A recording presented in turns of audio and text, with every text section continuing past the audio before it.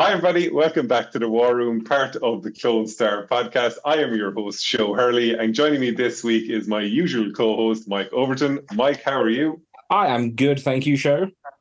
And this week, we are absolutely thrilled to welcome a man who has got 183 credits to his name for composition of Star Trek episodes, nominated for 5 Emmys. And I'm going to list them out because they absolutely have to be listed out. 95 for Caretaker, 96 for Armand Bashir, 98 for His Way, 2000 for Spirit Folk, and a winner in '01 with Endgame. It is the magnificent, and his hair and moustache are just as impressive as they were in all the photos I've seen over the years. It is Jay Chattaway. Jay, thank you so much for coming on the show. Well, thank you. I flew in here on my ship to visit you, so here I am on the Enterprise. Jay, it's absolutely fantastic to have you on here. So we're going to obviously talk about Star Trek kind of later in the show, but one of the things we wanted to do, we wanted to kind of track your progress from the start all the way through. So in terms of, say, growing up and things like that, did you grow up into a musical household, or where did the love of kind of music come from? That's always a great question. So I started writing music when I was in like middle school, like sixth grade or something like that. So I took piano lessons, I played the trumpet, and I started writing music for my junior high school band when I was just a kid. And somehow it worked out. Everybody asks that question, where does it come from? So it's sort of a gift, like you have a gift for doing what you're doing, and Michael does too. And my gift apparently is to do music. And it just sort of came to me, and I started writing as a kid. I went to college and studied composition, like serious composition, and continued writing for all kinds of things. And went into, we had this war called the Vietnam War, and I was drafted into the service. And I joined the United States Navy as a composer arranger and with the US Navy band. So I wrote tons of music and started doing film music for the band and the government. And I finally left that and went to New York City, became a record producer featuring jazz artists. My claim to fame in that arena was the artist Maynard Ferguson. I produced the original theme from Rocky, and for him, and that was my first record I ever produced was a gold record. Got a Grammy nomination, so I was off to a good start. I would say so. Yeah, so I produced a whole bunch of albums and formed a record label in New York called Tappan Zee Records, part of Columbia Records, and then was always interested in film and met a bunch of great young filmmakers in New York City. William Lustig, for example, one of his first films was Maniac, which I scored, which was my first film. But the first film that I really got hooked on was a film that I came to London in Michael's territory, a film called Firepower with Sophia Loren and James Coburn. And I was orchestrating for a saxophone player named Gato Barbieri, who's best known for his score to Last Tango in Paris. Yep. So Gato had done the theme to this movie, but the movie was all finished. And previously on Last Tango, Bernardo Bertolucci just cut the film to Gato's music. In this case, the music had to fit the film, and Gato didn't really have the skill to do that. Of course, nor did I, but I figured it out, and he asked me to come to London and conduct the Philharmonic and orchestrate and help score the film. So there I was at 27 years old, conducting the London Philharmonic with Sophia Loren on the screen. So obviously I got hooked. It was pretty spectacular. So Jay, when you were growing up, you said you wrote music. Like, did you write like lyrics, or did you actually write the music itself? Or did you do kind of a combination of both? Well, when I do songs, somebody else usually does the lyrics, and then I write the music to fit the lyrics. Sometimes it goes the other way. I'll write a song and somebody will write the lyrics to go with it. But mostly my music has been instrumental. I did write some songs. I wrote a Klingon opera for Star Trek and a bunch of albums with songs for other recording artists, but mostly my skills are in instrumental film, dramatic music. And I sort of learned how to help manipulate an audience through the use of music. It's very fascinating what you can do, especially in a scary movie. You can help people spill their popcorn or whatever they serve in your country when people watch the movie. But I found that to be fascinating. And you could do, if a movie doesn't have enough emotion to it, the music can certainly do that. It can speed up a section or slow it down. And it's a fascinating thing that we do. And I can't exactly tell you where it comes from, except from maybe some other source that I don't know how to define. And when you were kind of growing up, like what were your influences in terms of, say, musicians, or was it more kind of going to see movies in the cinema and realizing the music is having such an effect on me? Like what kind of drove your passion when you were younger? I think it was a combination of both. I mean, since I was playing in bands and that sort of thing, I, of course, was gravitating towards instrumental artists, jazz musicians. I grew up near Pittsburgh, Pennsylvania, big jazz area, same area where Henry Mancini came from. Mm-hmm. And the interesting anecdote is that I got to meet Henry Mancini. We were both getting awards at a particular event, and I was able to tell him that he was my influence. When I was in college, I went to a concert. He was conducting the Pittsburgh Symphony in a concert of his film and television music. And I went to that concert and I got hooked by seeing that. And it was like, hey, I want to do that. So at this meeting, I mentioned that to him, and we both lived on a river. And we said, maybe there's something in the drinking water that made us become and we became friends, and we spent quite a bit of time together. It was a wonderful experience. So it was, I did see a lot of films as a youngster going to the movies, especially films where the music was really kind of important. A lot of Westerns, for example. Mm-hmm. And I sort of became an early fan of Ennio Morricone, and studied his work quite a bit. And in fact, when I worked with Bill Lustig on his films, he insisted that he and I would watch just about every Morricone film ever made, and tell me. I mean, he didn't really speak music like a music person would, but he could tell me what he liked about how that music worked and the difference between European-made movies and American-made movies, and how much more operatic and how much more importance the music has in those Italian movies, the spaghetti westerns and things like that. So that was a huge influence in my people that I studied, and saw how their music worked. And I said, well, hey, I should be able to do that. But it's not as easy as it sounds. I mean, you can't copy what a person does, but you can figure out the technique as to what devices can trigger certain emotions in people. So just out of curiosity then, Jay, now again, like this is going to be an incredibly specific question that I'm going to ask you, and it's a very unfair question as well. What's your favorite soundtrack to a movie? Ooh, boy. I would have to say The Mission by Morricone. Okay, yeah. Okay. I mean, what that film accomplishes is both using sacred and secular music in such a way. He was such a genius that he was able to overlap traditional spiritual religious type music with music from South America representing the secular part of it, and it intertwined perfectly and made such a statement that it just really, that would be my all-time favorite. So there, it wasn't such a hard question. So you've already mentioned a few times that you went to college. What did you study at college? Studied music composition. Right. And I spent 5 years. I have a master's degree, and now I have a doctorate. You can call me Dr. J if you wish. But Mike, will you make a note of that when we're sending out the notification of the message? It's Dr. Jay Chattaway when we're putting it's on my list. It's on my list.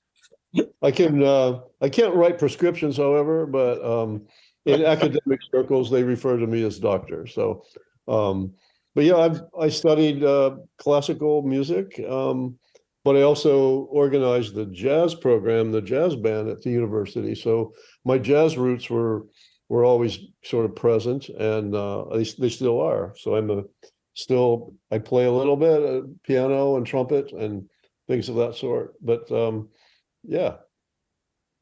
So Do you find? no, Sorry, Mike. Go on. no, go on. I was going to say that do you still find that, look, you're kind of retired now, do you still find that you still look to compose different things, or do you just kind of play like your existing compositions and things like that? Well, as to how it happens, I try not to have to be able to play everything that I write, because I'm a much better writer than I am a player. So if I had to play everything on piano that I ended up writing, it would be pretty simplified. So I devised at one point a special desk, which it was like an old-fashioned roll-top desk, and I had a keyboard on the desk, but I found myself just plunking away on the keyboard, playing stuff that I knew what it sounded like. So I was wasting an immense amount of time. So I covered the keyboard up by rolling the roll top down. I found I could write much more from my head than I could from my hands. So it became sort of more of a mental exercise than a physical one of performing it. Now, a lot of the newer scores are done by people simply playing into a keyboard, which is attached to a computer, and it then prints out the music. And I do that as well. But in all of the Star Trek episodes that you mentioned and everything else up until maybe 10 years ago, I did it all by hand, by writing on paper with a pencil. So you're essentially imagining the entire thing. Yes. Rather than putting it into a keyboard to kind of see how it would sound, you were just essentially thinking it, as it were, and imagining that that's going to sound like that, that's going to sound like this. Yeah, and in addition to that, when I would go to a screening of a film or a television show, I sort of heard the score in my head. Writing it all down is what took the tedious part of the thing. I mean, you figure if you write 40 minutes of music, that's a ream of paper like this, I mean, and we do stuff like Star Trek. It was all done in like a week to 10 days, including all the orchestration for all the instruments of the orchestra. So it was a pretty much sleepless 16 years. So you mentioned as well, Jay, you were saying about that you conducted the London Philharmonic Orchestra at age 27. Just out of curiosity, like, how did that feel like a daunting experience to kind of walk in that door and say, I'm the one who's going to be telling all these experienced musicians what to do? Yes, it was. I was terrified, actually. And it was it's an interesting anecdote, which I should probably mention this here, because in addition to that being my first encounter with the London Orchestra, we did a program. Maybe it was, I don't think it was in Ireland. In England, it was called Star Trek: The Ultimate Voyage. And yeah. You know about that? Well, I conducted in the Philharmonic, and two of the players that were in my first film score were still in the orchestra, and they claimed they remembered me. So we had a nice reunion, and I wasn't quite as terrified then as I was the first time, because in London and in England, this gets a little technical, but you guys record and project your films at 25 frames per second. Yep. In America, we do it at 24. Nobody told me that when I wrote the entire score for Gato's film. So it was all computed to be at 24 frames a second. So I go over and I conduct. We did the theme, which came out great. And that's the only piece of music that the director was Michael Winner, a very famous director. Oh, I know Michael Winner, yeah. So he left, and then we went on to the first big action piece, started working on it, and Well, we got about 2/3 of the way through the piece, and the music and the film started to drift apart. And I thought, wow, that's kind of weird. Wonder what's wrong. Maybe they changed the film. I said, no, we didn't change the film. So we did it again. We recorded the piece and then played it back. And as the piece progressed further, it got further off. And finally, I said, are you guys like playing a joke on me or like what? He said, and the projection said, hey, mate, did you write this to 24 frames? I said, well, yeah. I said, well, over here we use 25. I said, oh my God. The entire score, like 90 minutes of music is not going to work. He said, oh, but we can fix that. There's a little switch here on the projector. Yep. And they switched it over and it worked. And also at that time, the orchestra recorded at Wembley, where now it's soccer instead of or football instead of music. It was a huge studio. And they have a pub in the studio. So at 10 o'clock in the morning, the orchestra takes a break and they all go to the pub. So then they had a lot of fun with me because it was like, I learned that you do the hardest music at 8 in the morning because at 10 they go and start drinking beer. It gets a lot looser after that. But so, doesn't the music sound better afterwards, though? It sounds a little less together, maybe.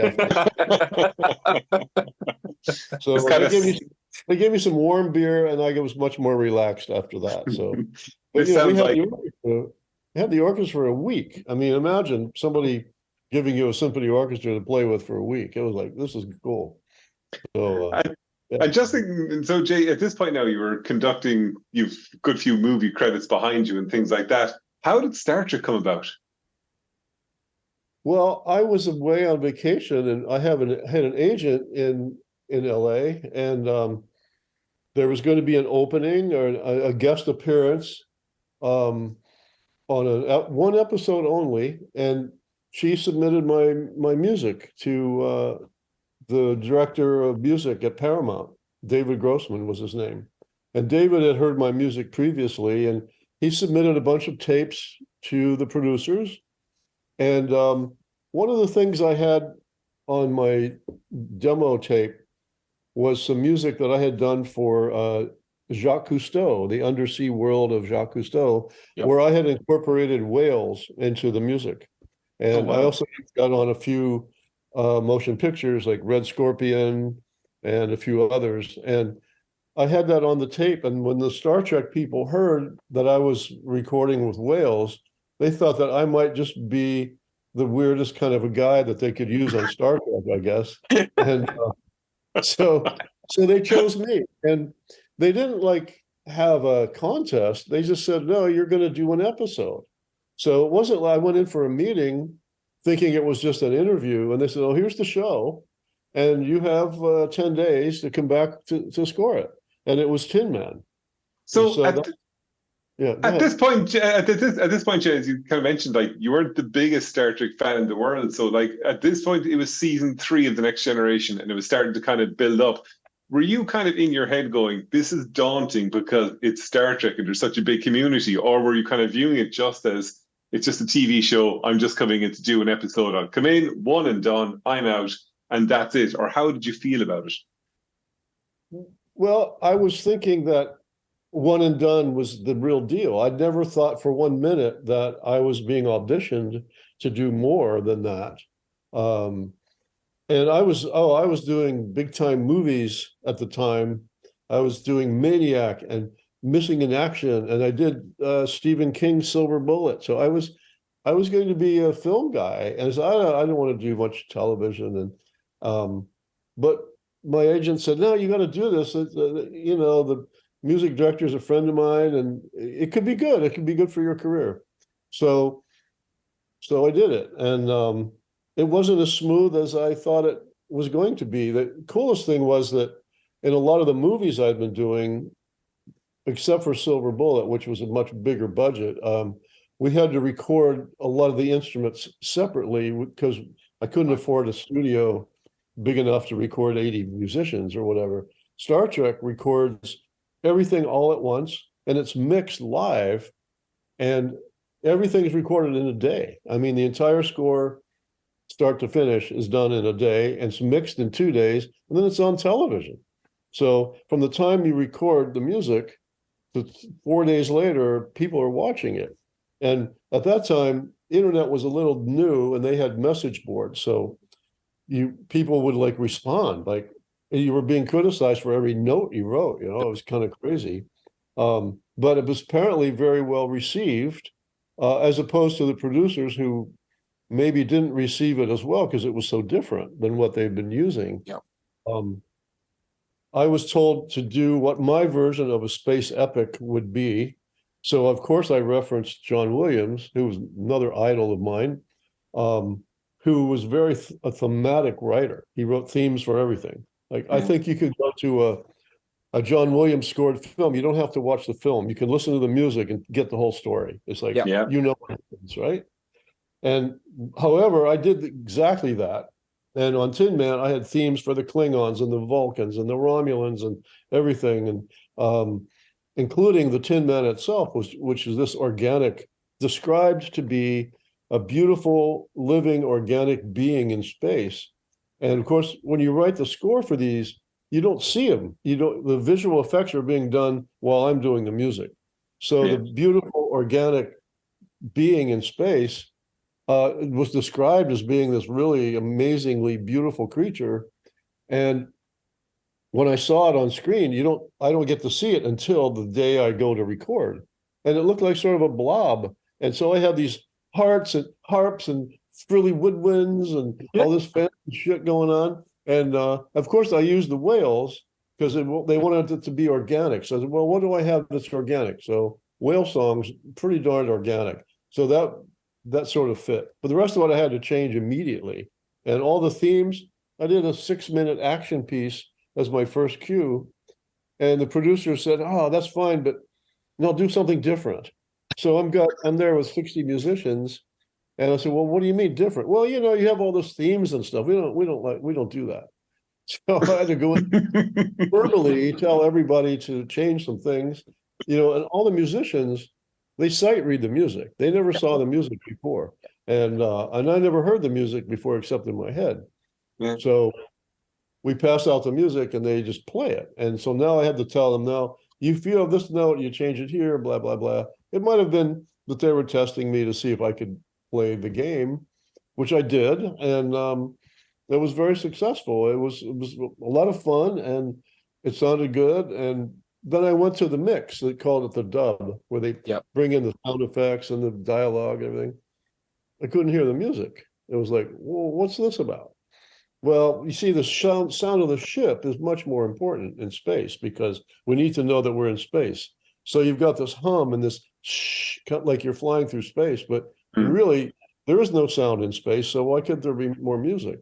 So I told the head producer, I said, well, you've got like this epic looking space show and you mix the music like it's coming out of a box, what's the story? So I didn't really care. It was a one-off for me. I wasn't, I told him like, hey, this is crazy. You got to put the music up. Because I just come from mixing Maniac Cop, right? Which the music was pounding and scaring people to death. So, and I was spoiled. As soon as I went from the dub from start, I went back to Maniac Cop and listened. I said, this is how it's supposed to be, It never really did get improved upon much, but I made my comments and they still hired me back. So I guess they thought I was ballsy enough to tell them what I thought. Anyway, I was about to say, was it your forthrightness that kind of got you really noticed, kind of saying, this guy is willing to kind of, give it straight back to us if he thinks it's complete garbage what we're trying to tell him. and Jay, like from my own point of view, as I said to you just before we started recording, like I love the music from Tin Man. We put up a post recently on Twitter asking people about their comfort episode of Star Trek that they might watch. Mine is Tin Man, and a lot of it is to do with the music that you have in it. And even preparing for this, yesterday I was going for a drive and I put on the music. And as you said, there's this wonderful kind of Tin Man theme of kind of like being organic. And as you said, the whale sound as well, kind of done a bit differently. And then you have this cool militaristic kind of sound with the Enterprise's encounters with the Romulans as well. So it's this wonderful contrast as the episode goes by and the stakes kind of keep on kind of building. And Jay, I just want to bring back to one thing then, is that, so you are, at what stage do you get involved? Is it a case that you don't get anything until they've done their recording? They've recorded the episode, they're in post-production putting in the special effects, Did they just give you an overall idea of what the episode is going to be about? Did they give you the script, or how does it work exactly? We get a script early on, maybe as soon as the script is finalized and approved.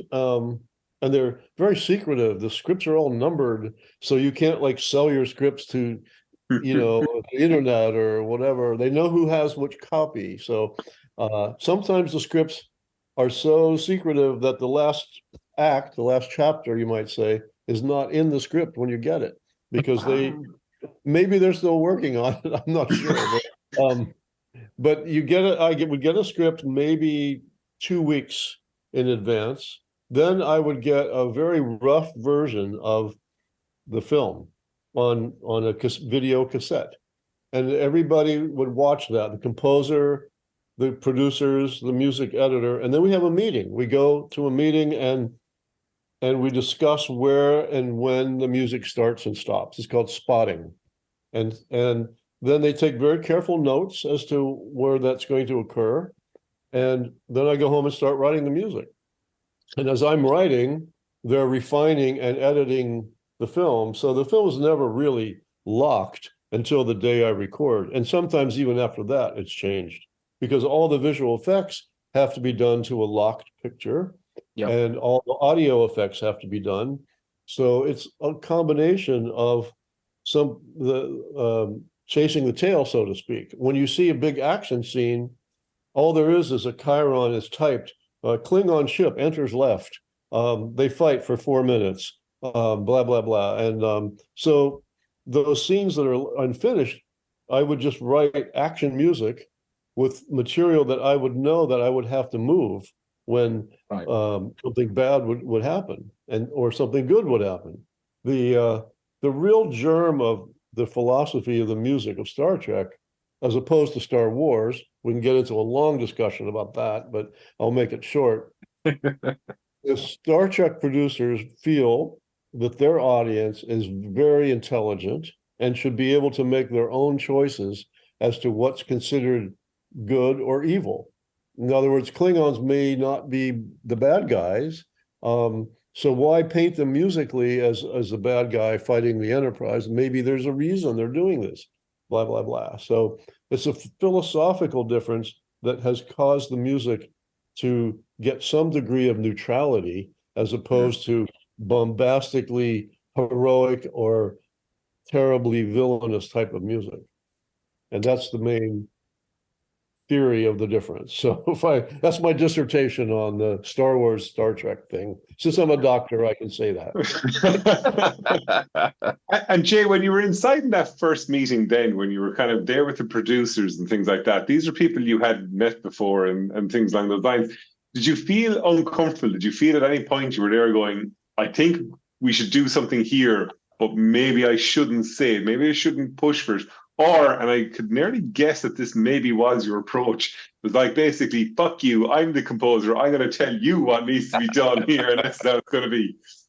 Well, as you may know, some of the composers that might have said that didn't come back for like 16 years. But I have to say that I was so impressed when I went to that meeting that not only did they know intimately the tape that I had submitted, they were able to reference that tape to various places in the show that they thought that type of music would be appropriate. So these were not musicians, except for the music editor. They were people who knew there was Rick Berman, who was the master producer of all things, and Peter Lauritsen, who was the executive producer of everything else. And then there was about 5 different people in the room, and I didn't know any of them. So I was sort of taken aback by the knowledge that they all had, because they all got a rough copy of the video and they all got a copy of my demo tape, and they could all speak intelligently, maybe not in musical terms, but in terms of what they felt the music was able to do, which I thought, this is a bunch of very intelligent people that I could be working with. So I didn't mouth off too much, but I did tell them what I thought. And 1 second, Terry, could you grab the cover in there? in there. It's not finished. Okay. Well, you asked a question about the producers. Well, later on, when I'm doing Deep Space Nine, another producer came along. Terry Potts is her name, and she happens to be my wife now. And so Okay. if you want to talk to another producer of Star Trek, she's in the back room. Oh my God, Jay, yes, 100%. I know her name. She's one of the people I actually wanted to reach out to at some point. Right, this is fantastic. Right here. And not only that, but I guess I can put in a plug. She is writing or has finished writing my biography. Oh my God. And can I show it now? Yeah, of course you can. Yeah. I don't know if you can see that. There. Oh yes. The Inner Light it's called, is it? Yes, it's called Journey to the Journey Inner Light. to the Inner Light. And it'll be in print in the spring. So it's being printed and edited and all that sort of thing now. It's a history of my, not just Star Trek, but all my musical endeavors and my other things that I do. So yeah, the producers are very important. You never know who you might marry one of them, you know. So very cool. It's caused a few problems in our life. I mean, sometimes we don't always agree on everything. So she was telling me how to do my music then, and now she tells me how to do other things. So now she tells you how to put the dishes in the dishwasher. Yep. Exactly, right.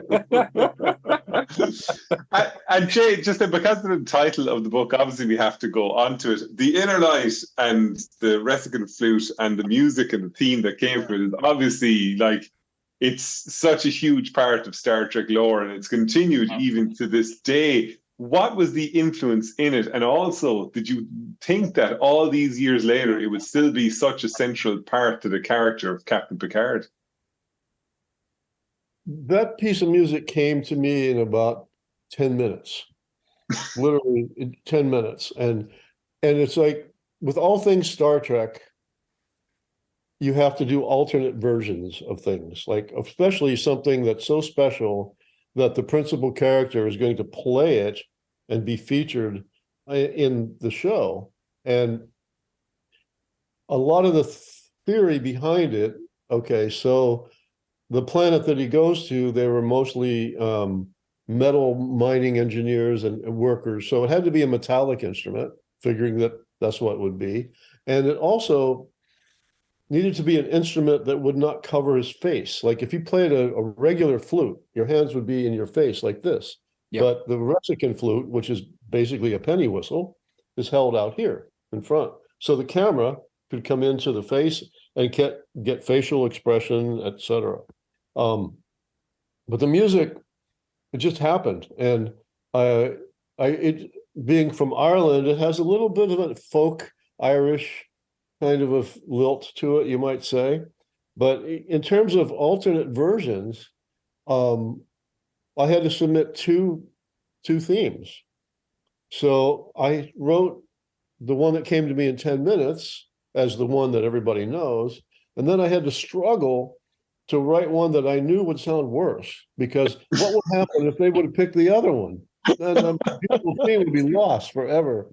So I did. And so fortunately, they chose the correct one, not knowing that I was going to write one that it purposefully took me hours to try to figure out how to do something different. But interestingly enough, the second one was used in the show as what his son is playing, and followed up by being referenced in the Picard series as part of the thematic structure of the theme from Picard. So it didn't go to waste completely. And but the response to the Inner Light was fantastic. I mean, it is the most requested piece of music from the Star Trek catalog. And it you know, the theory of it and going to having a family in a whole other universe and a whole lifetime and so many minutes. It won the Hugo Award for the best science fiction of that year. It was just one of those things that just happened instantly, and it's very appreciated. I read all the trades and all that, a lot of the comments all the time, and everybody says, "Well, I used it at my wedding. I played it at my parents' funeral, and my graduation, and all these things." It's very important and how it makes people feel. And interestingly enough, at the end of that show, normally at the end of a Star Trek show, they go out with a big thematic, bombastic thing. And so that's one I fought very hard. I said, no, he's playing that flute in his room. Why not just let that music play out over space when you have the Enterprise flying by? Oh, well, you have to write an alternate ending just in case, and I did write a big bombastic ending for it. And again, fortunately, we used just the solo flute. And I think that's what captured so many people's imagination, that, wow, a solo flute in space. It's pretty cool. And so yeah. When you wrote the alternative ending, Jay, did you integrate the flute music into that ending, the one that you didn't want them to use, or did it kind of just cut off the flute, just go back to the regular Star Trek music? It was just going to cut off, and it was going to be, Enterprise and Star Trek music, play off, big time. And I suppose I could have developed it into something else, but I didn't want it to go that way either. I knew that they'd have to do it this way.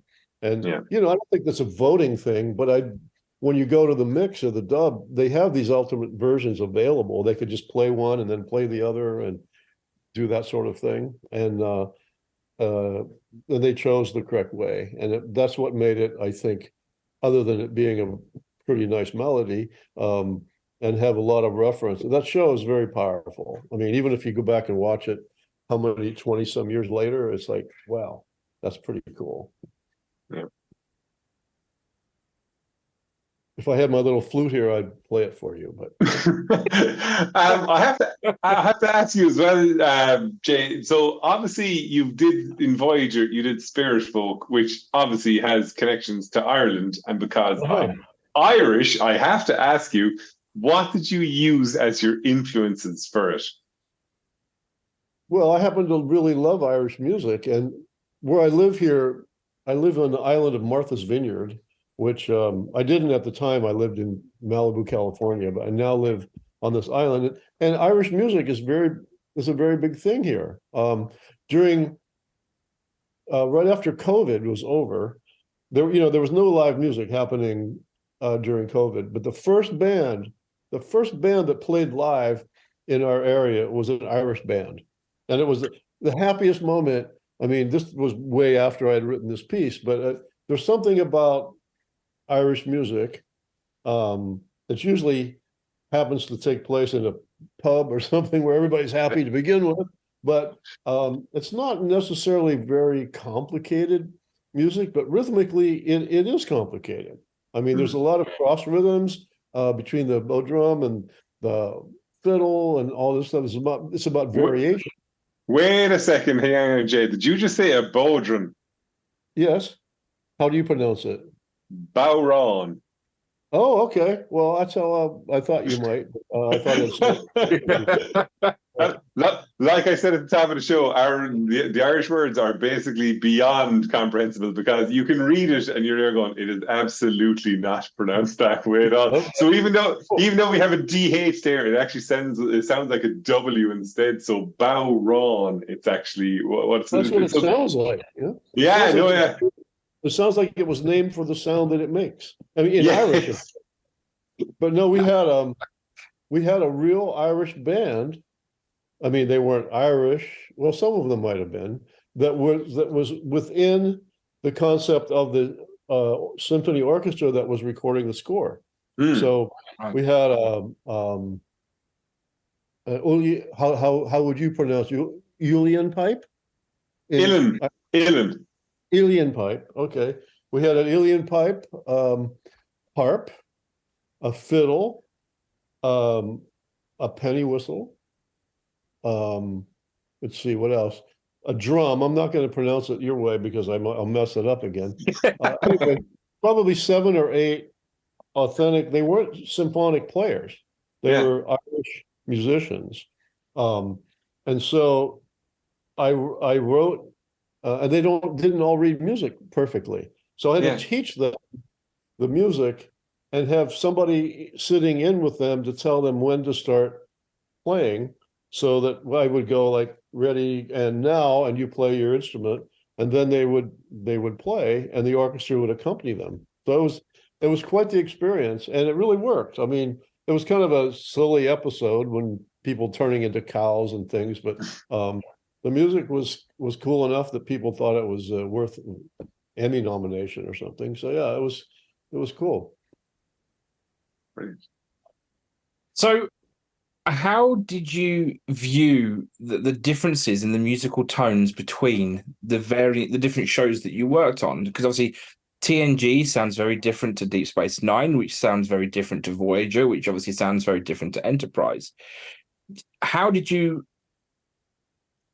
Was that a struggle, or was that something that comes easy to you? Well, it was a struggle in that on Deep Space Nine, I actually had to score the first episode before the theme was finished. Yeah. And Dennis did the theme, but that episode didn't score yet. So I had to score an episode that took place. The episode I was scoring it was finished before the pilot was finished, let's say. Right. And so I had to write music. I kind of talked to Dennis. I said, well, what are you doing with the theme? Oh, it's going to be trumpets. And he told me a little bit about it. And so I couldn't really incorporate it much because it wasn't done yet. So it was pretty hard to establish a vocabulary, but yet there is sort of a Star Trek vocabulary, as I mentioned, that can't be overly suggestive as to whether things are positive or not. The issue with Deep Space Nine was it was a confining, at least for a while, until the Defiant went out into space and did stuff. It was a confining, character-driven show, which some people said, oh, that's a boring show, blah, blah, blah.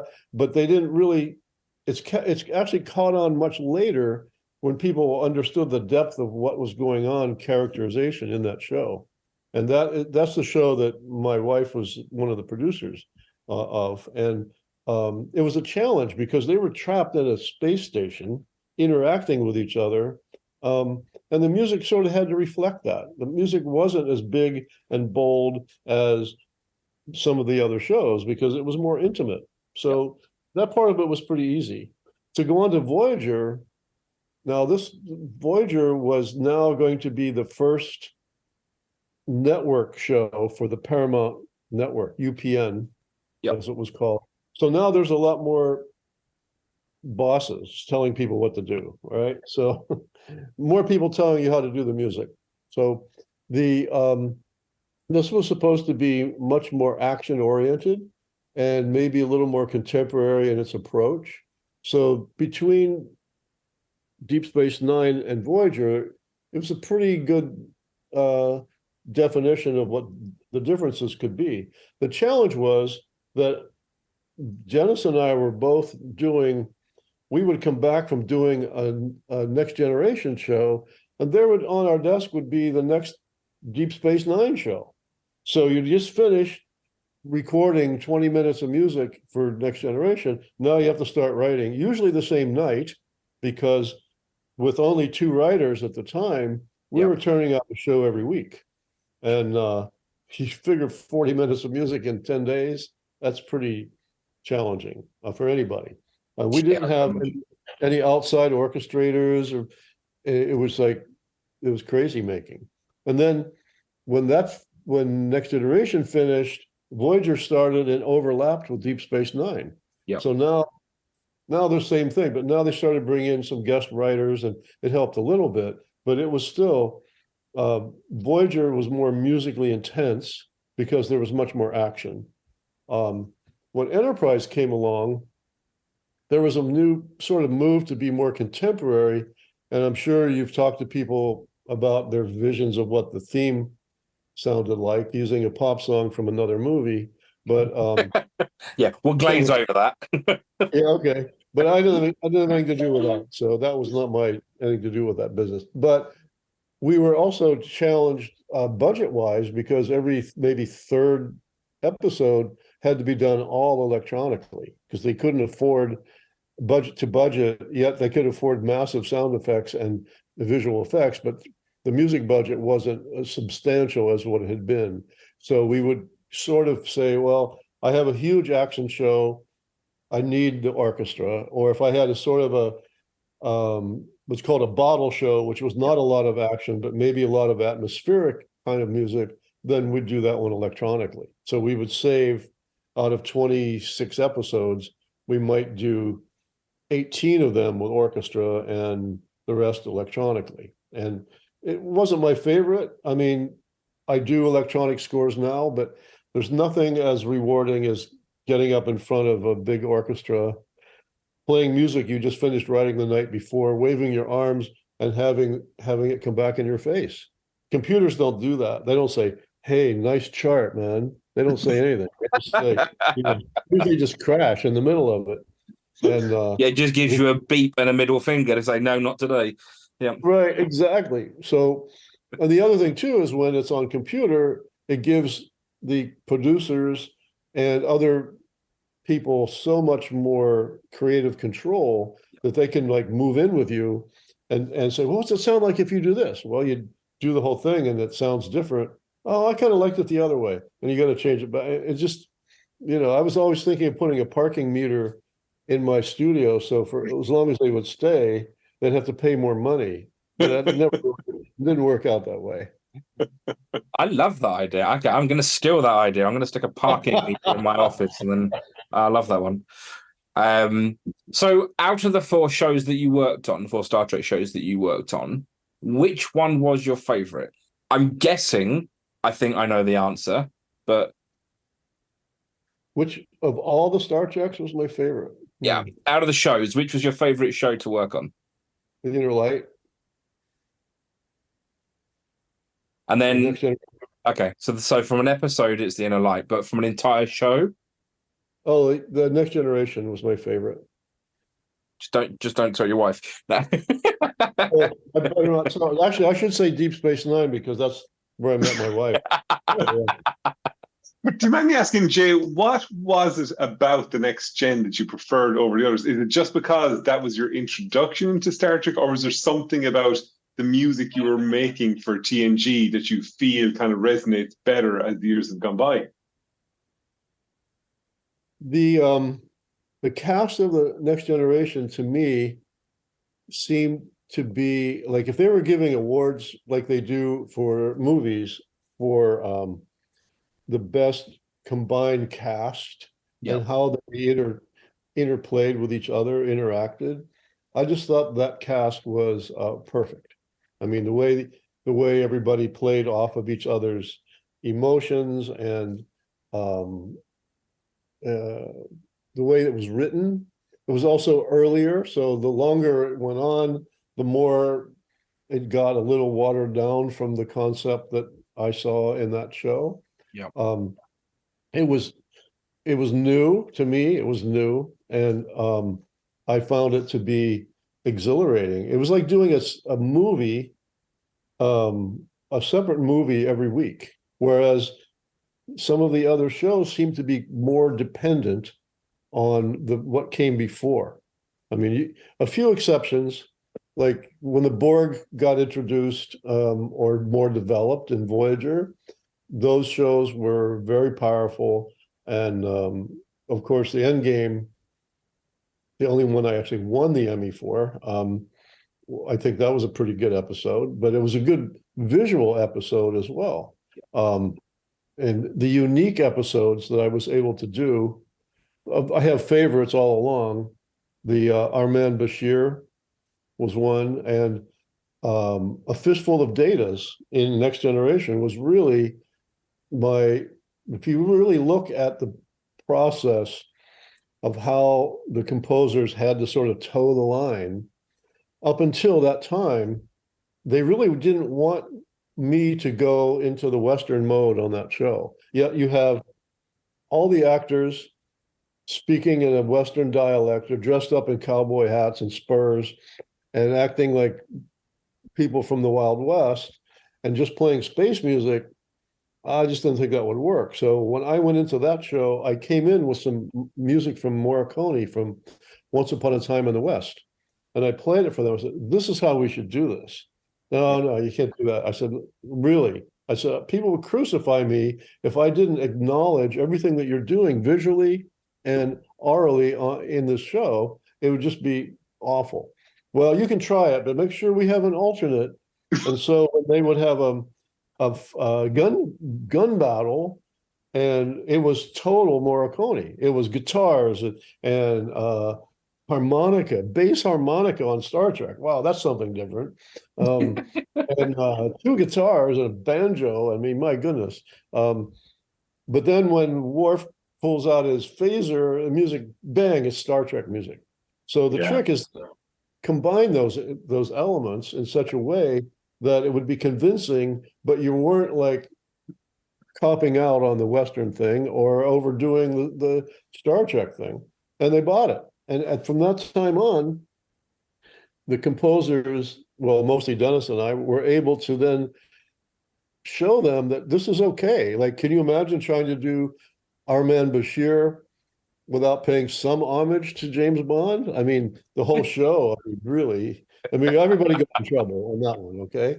But I was able to do the Deep Space Nine theme in Bond style and make it work. The show Bada Bing Bada Bang, the same deal. Like, that was a caper show that was like Ocean's 11 in space, and the Deep Space Nine theme was done Ocean's 11, and they loved it. I mean, that was a really fun part of the scoring. And when they brought in the singer, the Lounge Lizard, it just lightened things up quite a bit on Jimmy Darren's part. And so it was all fun. And the coolest part about him, we recorded all of his music at Capitol Records in Hollywood, where Sinatra and all the big people like that recorded. So it was very authentically done. And including my original song that nobody knows where it came from is San Antonio Lady. Everybody says, I don't know that song. Sinatra never did that. And I said, no, because I wrote it. It's brand new. So anyway, so there's a lot of fun things to do. But Next Generation was my favorite. And those other episodes I mentioned were maybe favorite episodes within their discussion. So talking about your process, so I'm a music nerd. I trained as a sound engineer, so I have a pretty good understanding of how it works. But for those who don't, which process do you prefer? Do you prefer the processes of old, where it was pen to paper, or do you prefer the processes now where you would put it into a DAW such as Logic or Pro Tools or Cubase, and you can kind of tweak it as you go? Or do you prefer that pen to paper, that is how it is, and then? Even when I do something in my, I work in Logic, but I still sketch it on paper. Right. Because there's something tactile about rubbing a pencil or a pen on a piece of paper without having the aids of having a digital workstation. What I found when I try to do it differently, I find that I'm a tweaker. I'll get like two measures that are really good, and I tweak it till it's dead, and I don't get anything else finished. You know, I have to write 40 minutes of music, so I've got two measures that are terrific, but I'm busy like, oh, let's see, what if I add a little EQ on this note, or I'm going to digitally edit it just to be a 30-second note different, then I don't get any work done. But if I have a piece of paper and I'm very diligent about, like, actually all my scores are available. I donated them to West Virginia University, and you can go online, and if you wanted to study and see the manuscript scores of all the Star Trek episodes, you can do it. On every page. I know where I'm going after this call. Yeah. I assume anybody can do it. I mean, I'm not sure the technique as to how you do it, but that was where I graduated from, and I felt that that school should have the music, and so I teach there usually 1 week a year, and we pull some Star Trek episodes and we pull the scores and study. The students can actually see the music and see how they fit with the videos. Not just Star Trek, but all my film music and jazz music and everything is there. But the I guess the important thing is that when it's a computer driven, it's so for me, because I didn't come up with computer stuff. We didn't even have I came up with an Apple II was my first computer, and the notation part of it was pretty elementary. Yeah. And it yes, you can get your ideas down in the thing, but the fact that you could tweak it till the cows come home, so to speak, would take forever. And so I would waste so much time finessing some music in there. Now, I know that a lot of people just put the very basics into their workstation and then they ship it off to somebody else to finish it or do all the tweaking. But in my case, I like to see that blank piece of paper, and then at the bottom of every page, in order to keep a time, you figure, okay, what if you have to write 3 minutes of music a day? It doesn't sound like much, but 3 minutes of action music, that's a lot of pages. So Yeah. I would start at 8 a.m. This is before the pub is open. And I would put on the page at 10 a.m. I have to be at this point on the paper. So if I got to that point, I would take a break and I would go for a walk and walk down to Starbucks to get a coffee or something and come back and then I'd continue working. And at the end of the day, I had to be at a certain point. Otherwise, if you didn't get your 3 minutes finished and you say you didn't do anything that day, the next day you have to do 6 minutes. Yeah. Like if you got sick or you had a family crisis or a kid needs to get delivered to a sporting event or something, your time frame, you either get it done or you don't sleep. You can't show up at the recording session without any music. Other people have tried that. It doesn't really work. So I'm thinking that this should sound like this. So here we go. No, they need to have something in front of them to make it work. So that was my technique, is how I would get through the day. And it became very important for me to live up to those deadlines and get everything finished. So one of the problems that I had when 9/11 happened, I was scoring a big epic show. I can't remember the name of it, but it was all about battles and people getting blown up. And here we are in real life living what the show was about.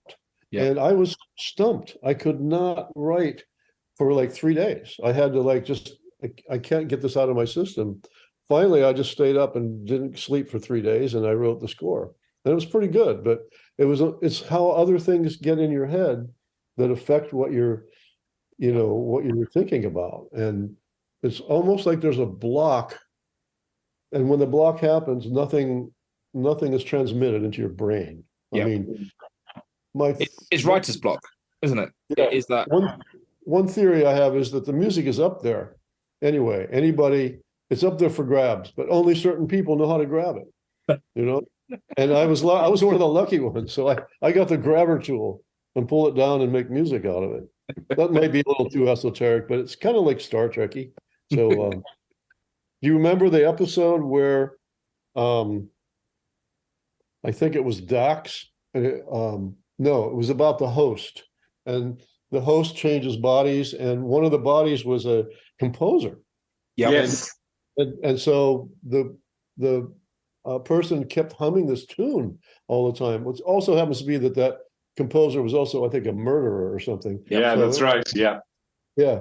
So I mean, stuff like that in those shows was brilliant. I mean, how you could change from, you have a being that looks like an octopus or something inside of you, and it can go from body to body, sometimes sex to sex, and people still love and hate and remember songs from there. It's an amazing concept.